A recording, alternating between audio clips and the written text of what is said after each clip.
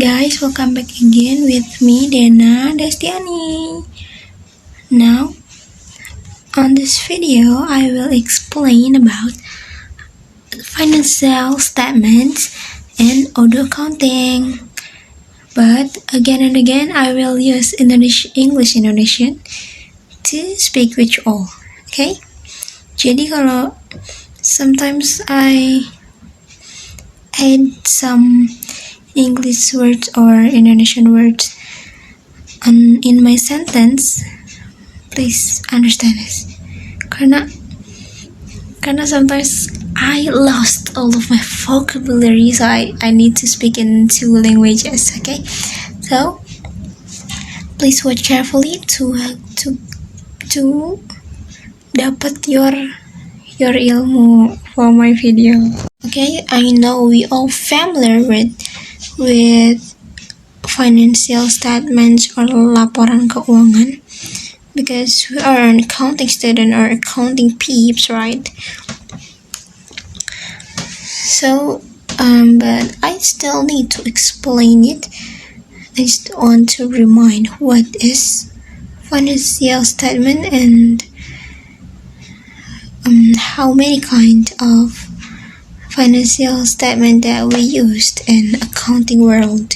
Okay, firstly there is income statement or profit or loss statement atau laporan laba rugi gitu. Jadi sesuai namanya, kalau di laporan laba rugi itu isinya seperti pendapatan dan juga beban untuk dicari laba bersihnya dari kegiatan perusahaan tersebut. Gak mungkin dong kita sebagai perusahaan enggak membuat laporan itu, karena we need it because itu sebagai acuan untuk kita mengembangkan perusahaan kita.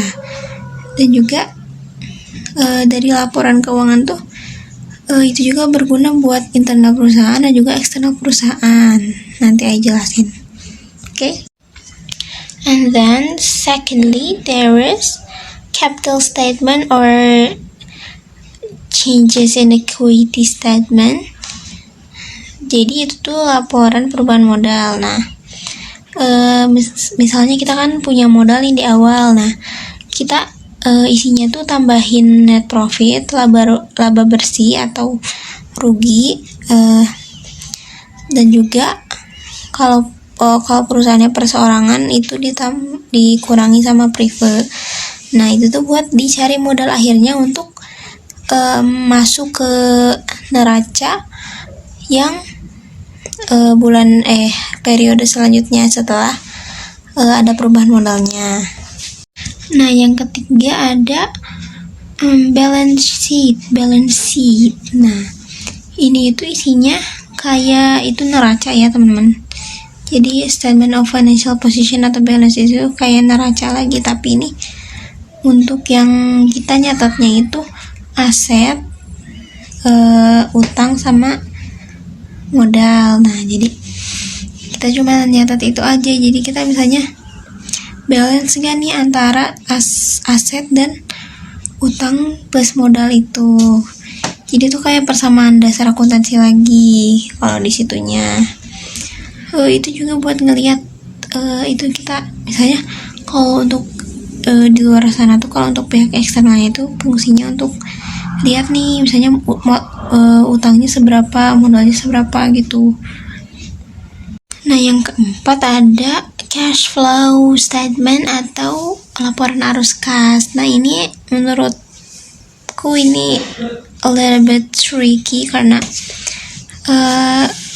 untuk bikin arus kas satu aja di satu periode tuh we need a lot of sources. Kayak jadi kita benar-benar dari jurnalnya. Kalau misalnya yang aku sebutin 3 tadi itu kita cuma bisa maksudnya kita bisa lihat langsung dari worksheet atau dari adjusted trial balance gitu loh.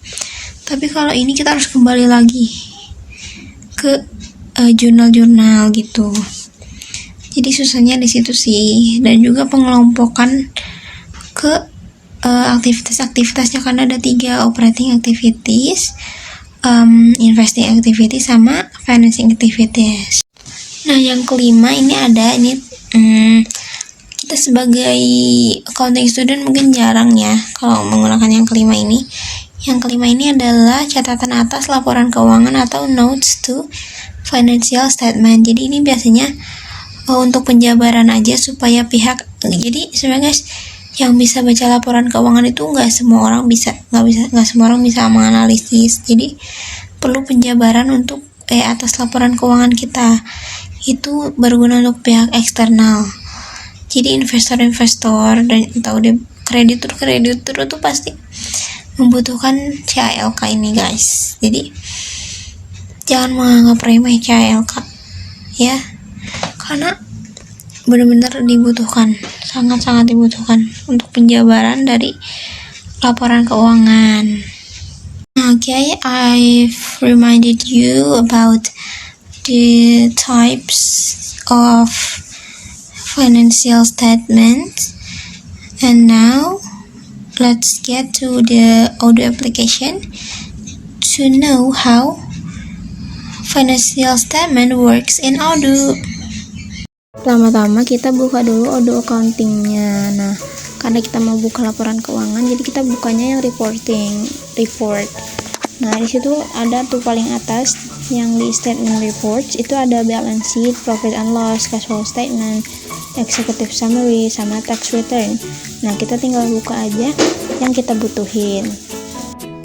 Nah, di sini aku cobain yang cash flow. Nah, kalau di sini kan kalau aku bilang tadi cash flow tuh susah karena tricky, harus buka dari jurnal-jurnalnya.